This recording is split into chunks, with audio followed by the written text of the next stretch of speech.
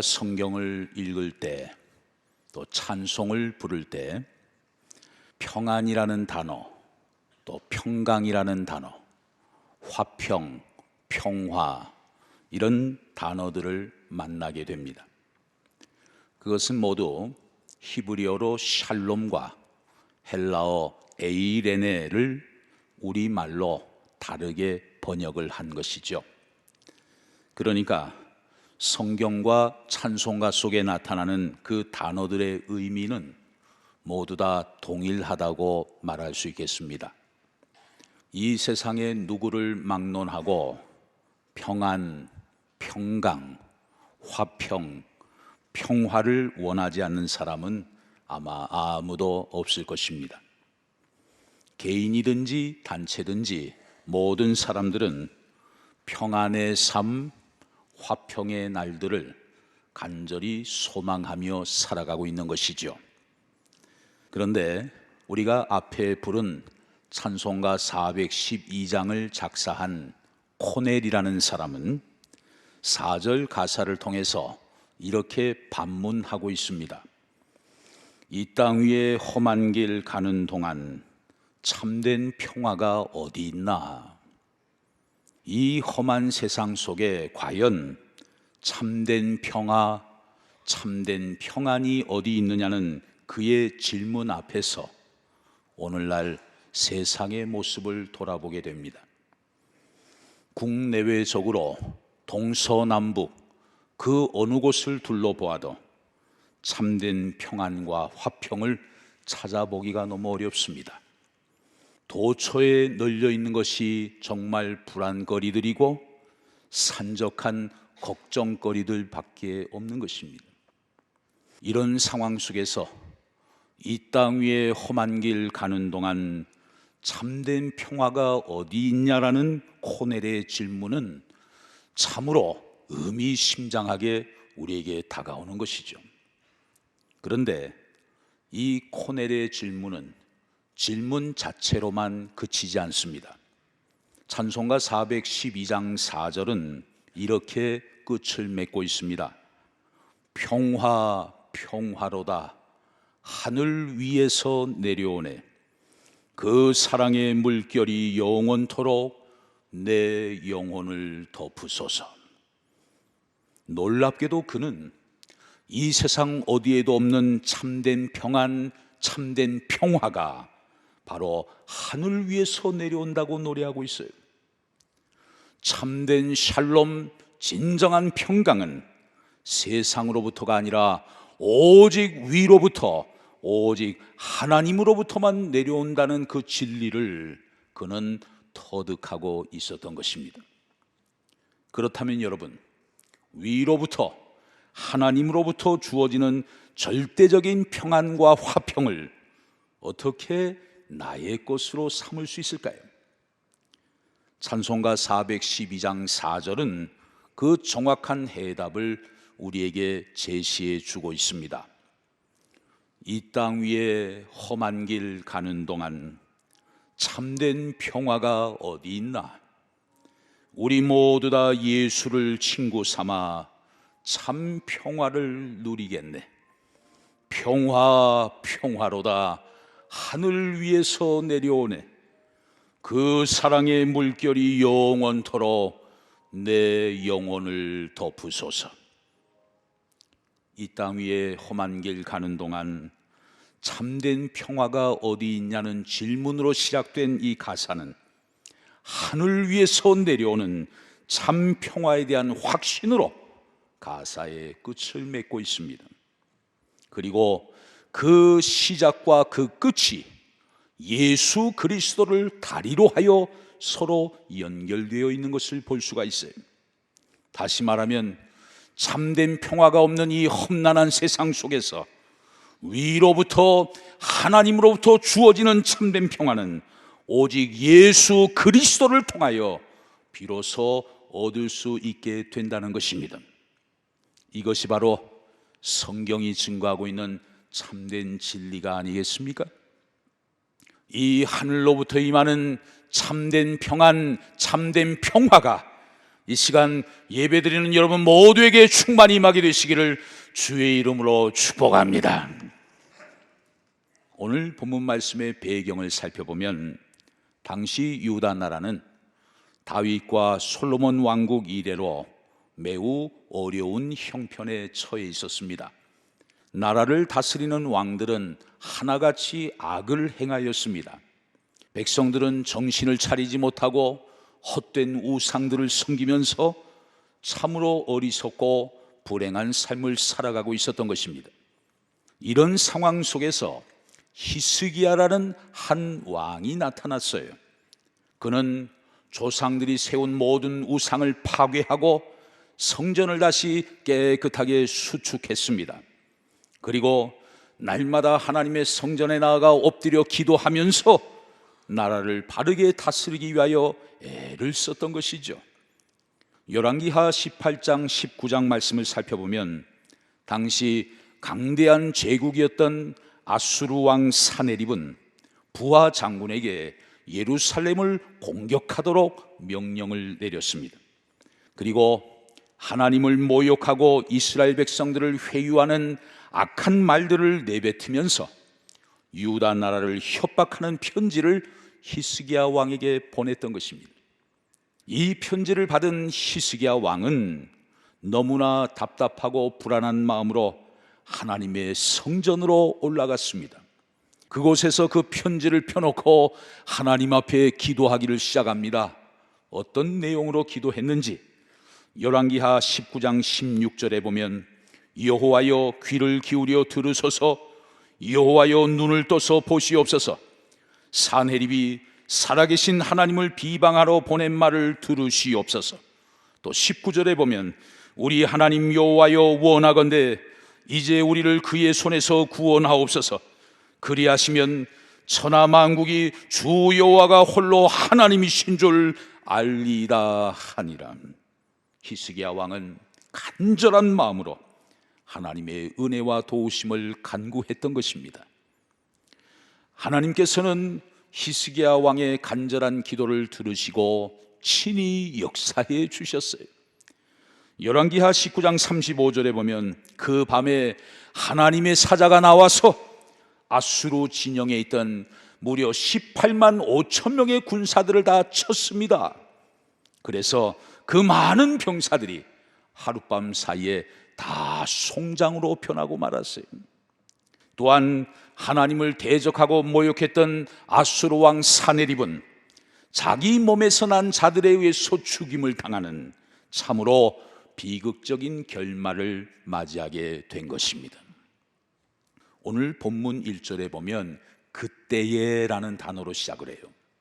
여기에서 그때에 라는 표현은 이처럼 모든 어려움들을 극복하고 이제는 좀 안심하고 편안하게 살 수 있겠구나라고 생각하는 바로 그때였습니다. 오늘 본문을 보면 그때 왕에게 갑자기 질병이 찾아왔어요. 한마디로 죽음이 예고된 것입니다.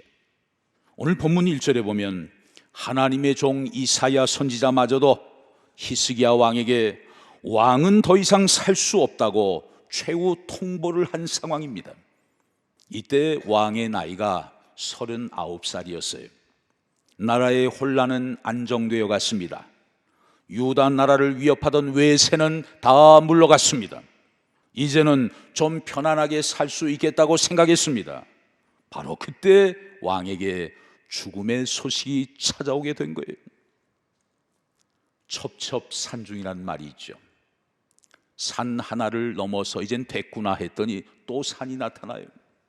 문제 하나를 해결해서 이제는 좀 편안해졌구나 싶었는데 또 문제가 나타납니다. 첩첩산중의 인생이에요. 바로 히스기야가 그런 상황에 놓여 있습니다. 우리는 여기에서 한 가지 질문을 하게 됩니다. 왜 이 시점에 왕에게 고난이 찾아왔느냐 하는 거예요. 왜 히스기야 왕처럼 선하고 착한 왕에게 이처럼 병으로 시한부 인생을 선고받는 불행한 일이 생기게 되었느냐 하는 거예요.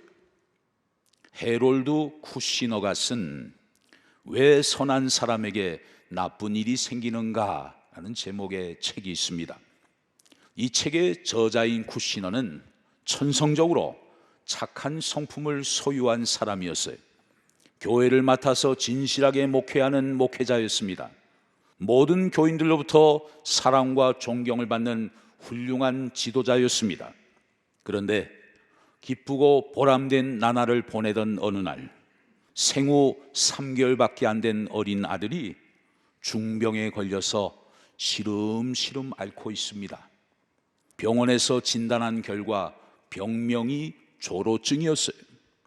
3개월밖에 안 된 이 어린아이가 점점 늙어가기 시작하는 겁니다. 의사의 진단으로는 이 아이는 10살이 되기 전에 팔순 노인처럼 늙어버리고 더 이상 세상에서 살 수 없다는 그런 진단을 내렸어요.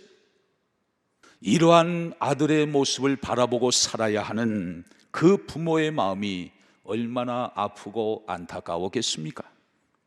나는 내 나름대로 지금까지 바르게 살아보려고 노력했는데, 나는 좀 더 착하고 선하게 살아보려고 애를 썼는데, 나는 사명 감당하기 위해서 내 나름대로 최선을 다했는데 왜 이런 고난이 나에게 찾아오는 것일까?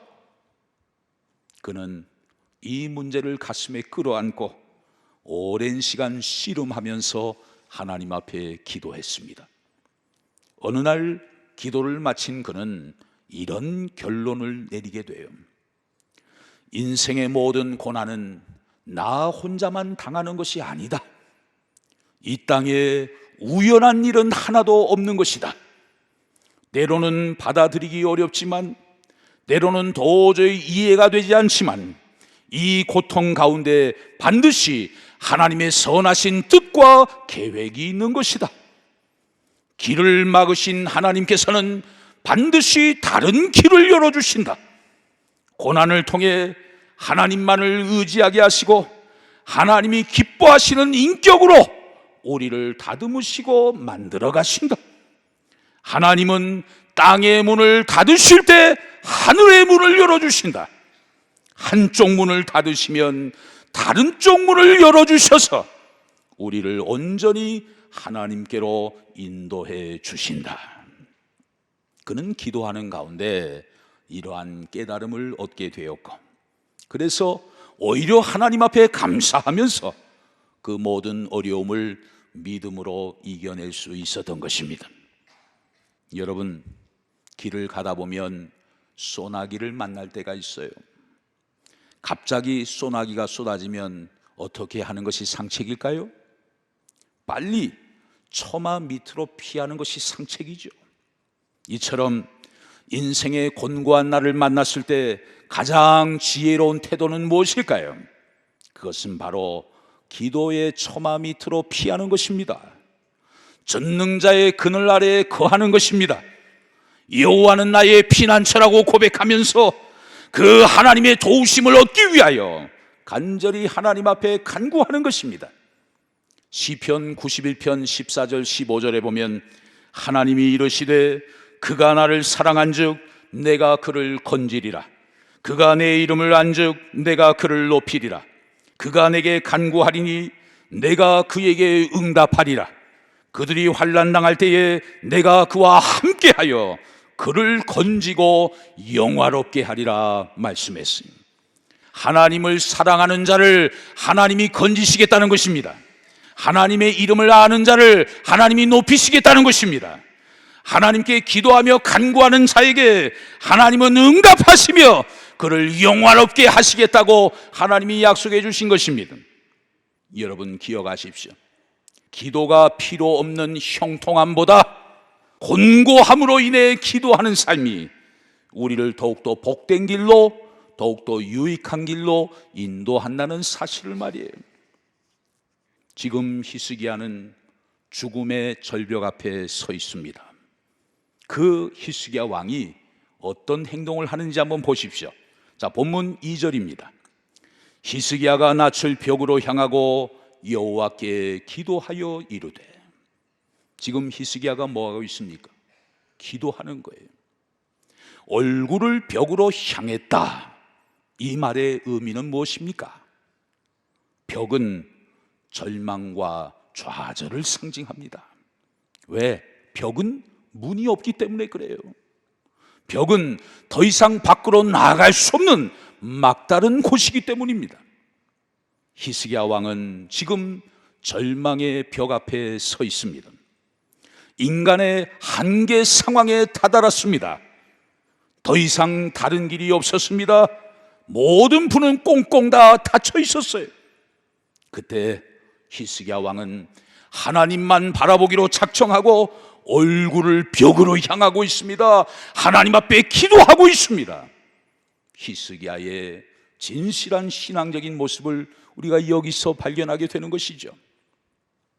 여러분, 인생의 길을 걸어가는 동안 우리도 길이 막힐 때가 있어요. 절망적인 상황 속에 처할 때가 있습니다. 내 힘으로는 도저히 감당할 수 없는 문제의 무게에 짓눌릴 때도 있습니다. 그러나 여러분 기억하십시오. 땅의 문이 닫혀졌을 때 비로소 하늘의 문이 활짝 열려지게 된다는 사실이에요. 사방이 꽉 막혀서 전혀 출구가 보이지 않을 때 하나님은 우리를 위해 피할 수 있는 하늘의 길을 열어주신다는 사실입니다. 인간은 끝이라고 생각하는 그 지점에서 하나님은 다시 새롭게 시작하신다는 사실을 믿으실 수 있기를 바랍니다. 한번 따라하겠습니다. 인간의 끝이 하나님의 시작입니다.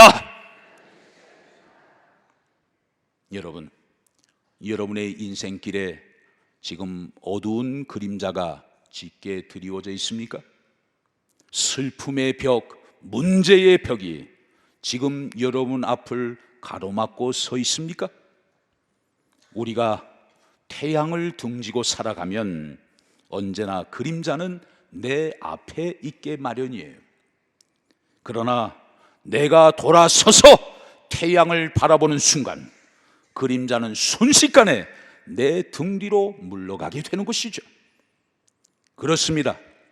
여러분의 인생길에 아무리 짙은 그림자가 드리워져 있다 할지라도 이 시간 우리의 마음을 돌이켜서 믿음으로 하나님만을 바라보게 될 때 우리의 모든 어두움의 그림자는 반드시 내 뒤로 다 물러가게 될 줄로 믿습니다.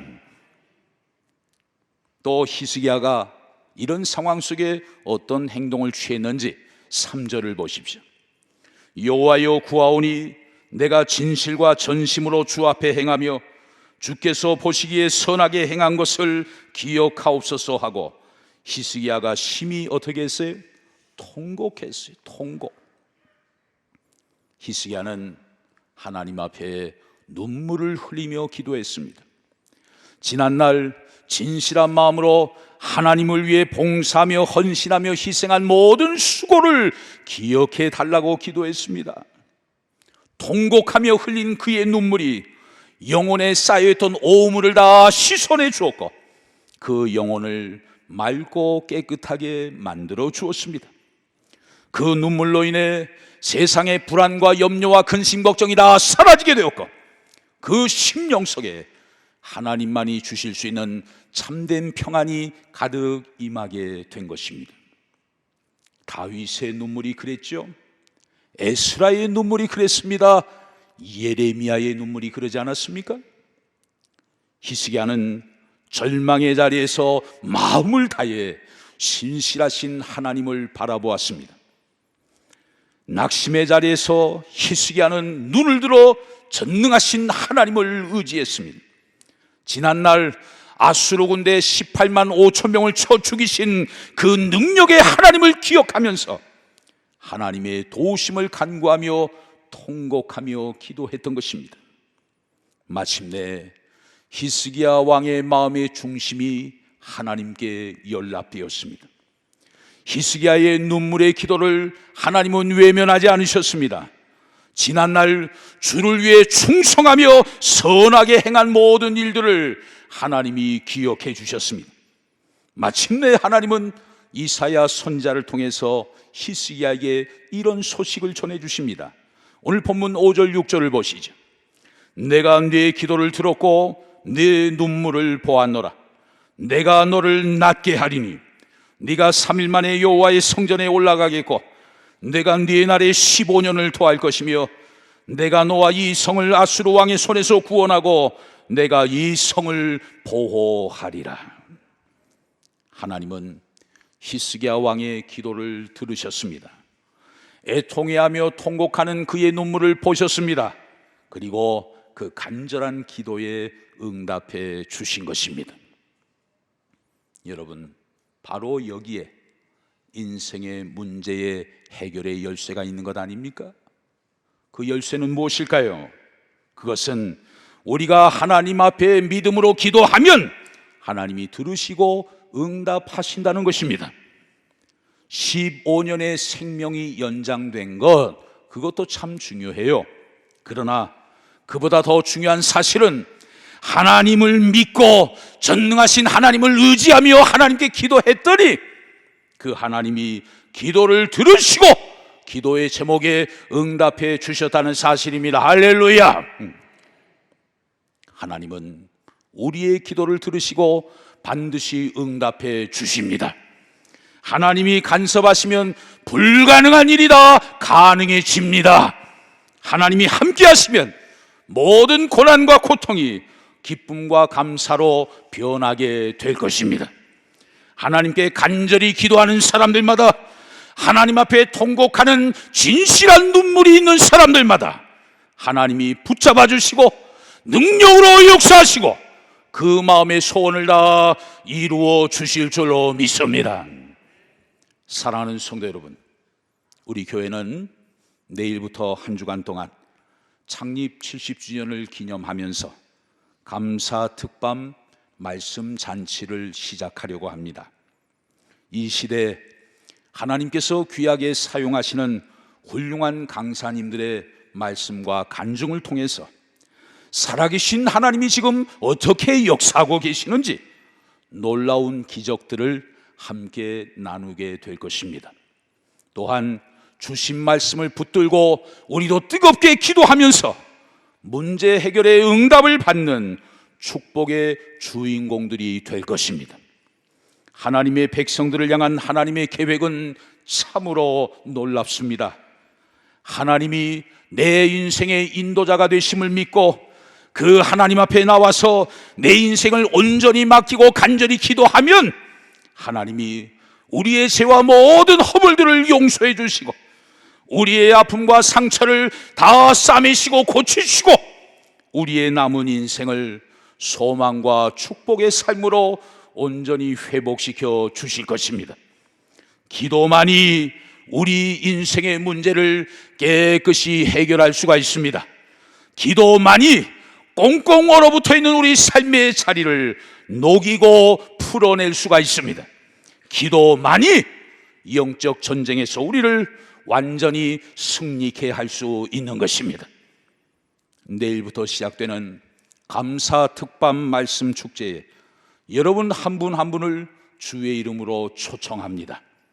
말씀의 자리, 기도의 자리에 다 나오셔서 지금까지 나에게 베풀어 주신 하나님의 은혜를 기억하며 감사와 찬양으로 하나님께 영광을 돌리십시다. 그리고 전능하신 하나님의 은혜와 도우심을 간절히 간구하면서 하나님 앞에 기도하며 나아가십시다. 그래서 15년의 생명을 연장받은 히스기야 왕처럼 우리도 기도 제목의 응답을 받고 삶의 문제가 해결되고 감사 특밤 집회에 부어주시는 하나님의 특별한 은혜와 사랑과 축복을 매일 밤마다 충만히 경험할 수 있는 복된 저와 여러분들 다 되실 수 있기를 주의 이름으로 축원합니다.